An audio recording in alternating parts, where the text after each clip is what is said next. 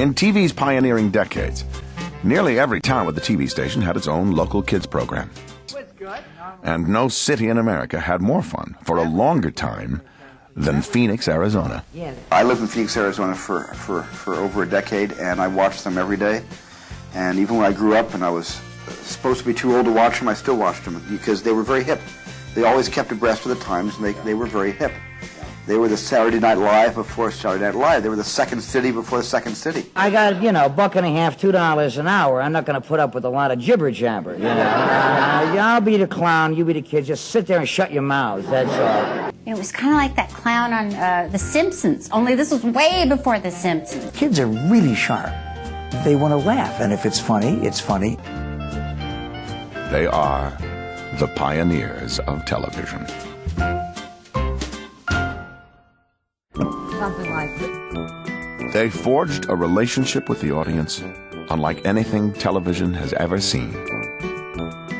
All right, why don't you demonstrate for us now the way you fight, the way you... This Phoenix Kids program, called Wallace and Ladmo, ranks among the most popular local children's shows in the history of American television, beating the competition for nearly 40 years. A show that wasn't afraid to lampoon anything. You know, trying to protect the frame and face here. Okay. Smash, crush, scratch sometimes, a little kick. You're tough. You are tough. No. It was a fun job. Yeah, I can't think of anything connected to it that I didn't like. Oh, celeries.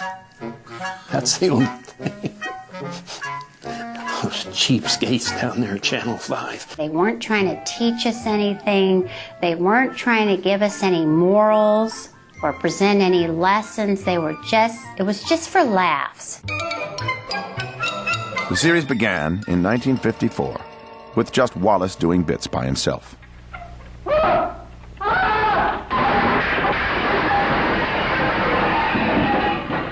Glad to see you. Where have you been? Welcome. Within a few months, Wallace added a sidekick, Vladimir Kwiatkowski. Ladmo, what are you doing? I'm shaking hands with an octopus. Whose childlike persona made him an instant hit. Glad to see you. Hello there. The show hit full stride in 1960 when a young Pat McMahon tuned in Wallace and Ladmo for the very first time.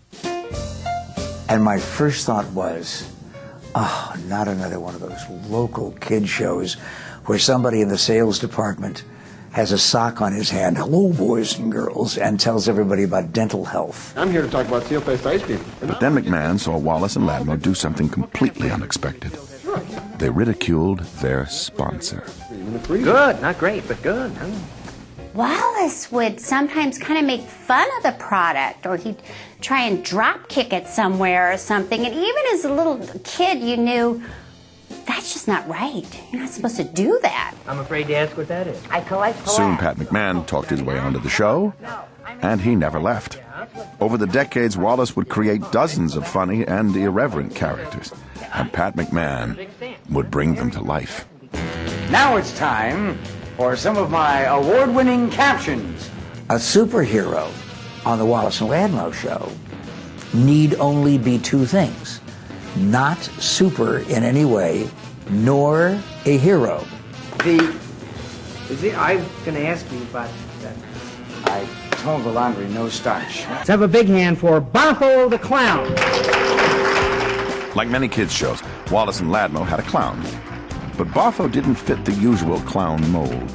The character's only real motivation was money. Boffo, how do you personally feel about the kids? It's a buck. If anybody calls me, you know, I'll show up. They need a clown, I'm it. Yeah, what about the birthday parties? How do they work? Yeah, actually, that's where your big bread is. Your birthday parties, that's where you pick up a lot of coin. I don't think Lad or Pat or I ever thought any clown was funny.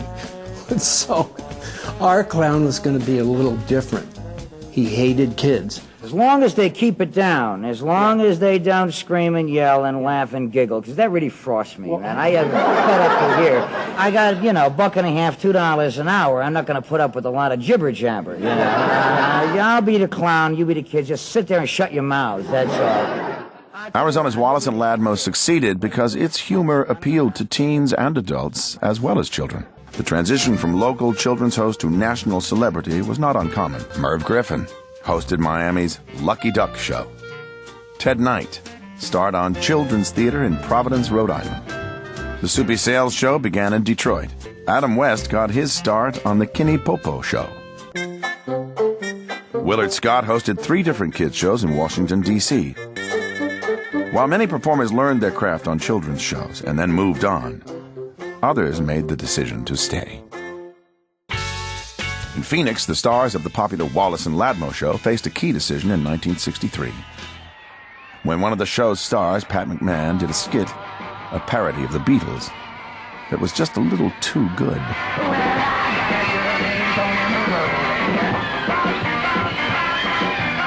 Called Hubcap and the Wheels, Pat McMahon's joke band actually scored a real hit record.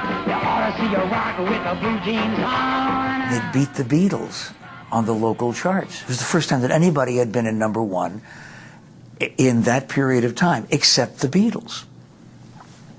Well, we had no idea what to do with that. Soon, Hubcap and the Wheels were making national TV appearances. Capitol Records signed them to a recording contract. A movie was planned. Pat McMahon had a choice to make. Teen heartthrob in Hollywood, or back to the kids' show in Phoenix. We said, okay, wait a minute, guys, what do you want to do? Do you want to be 45-year-old Wheels?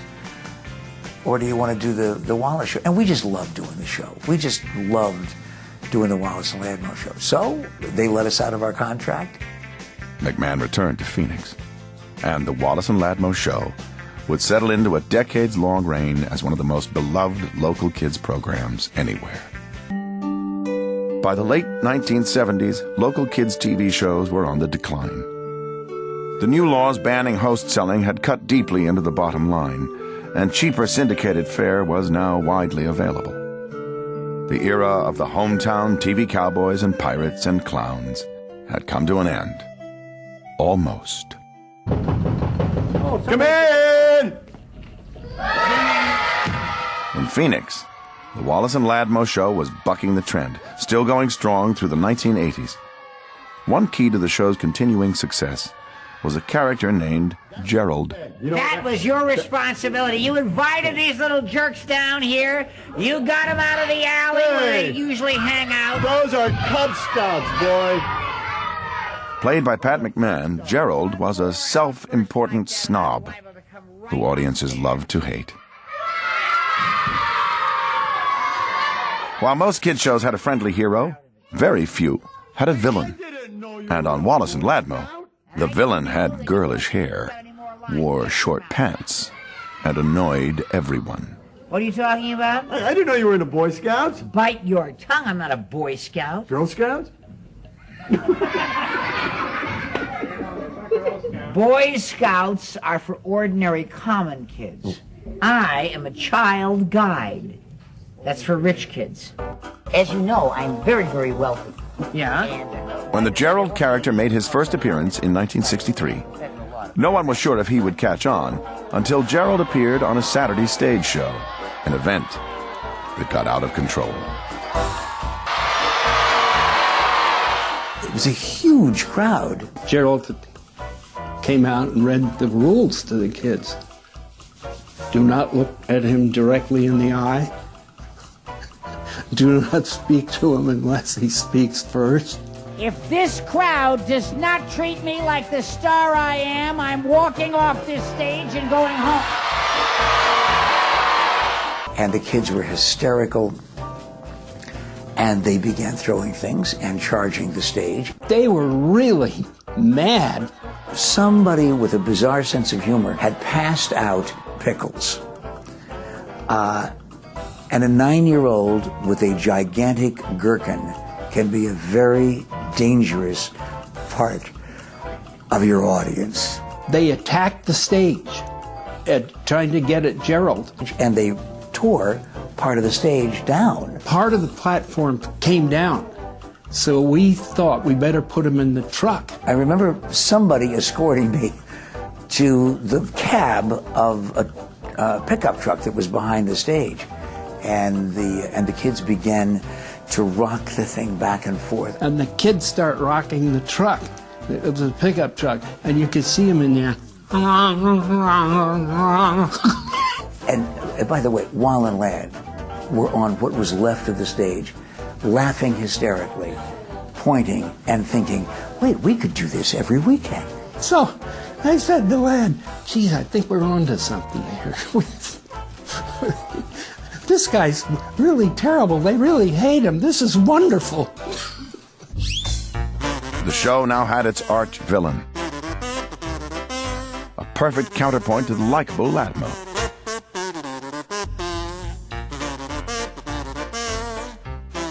He was the greatest thing we ever had on the show. Is there any better example of how not to behave? And if you do behave that way, look what he gets. Everybody despises him. You know what you're missing right now on PBS? No. Huh? No.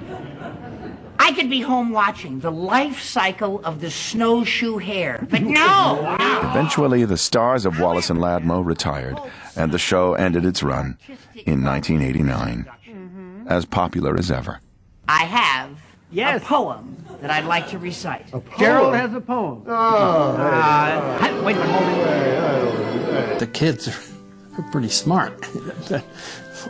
And you don't want to talk down to them. I think all of us who worked on that show and everyone who watched it pretty much knew that an era was coming to an end, that we would never see anything like this again. While the programs themselves are all but gone, the legacy of the local children's TV shows continues.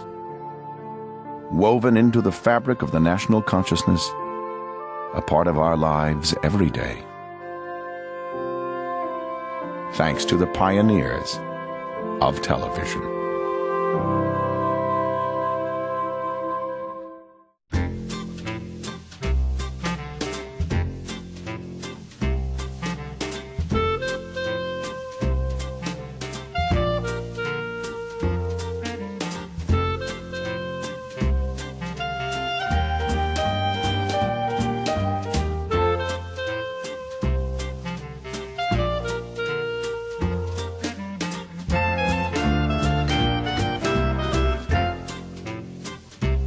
For more insider features about your favorite TV stars, stories you won't hear anywhere else, visit pbs.org.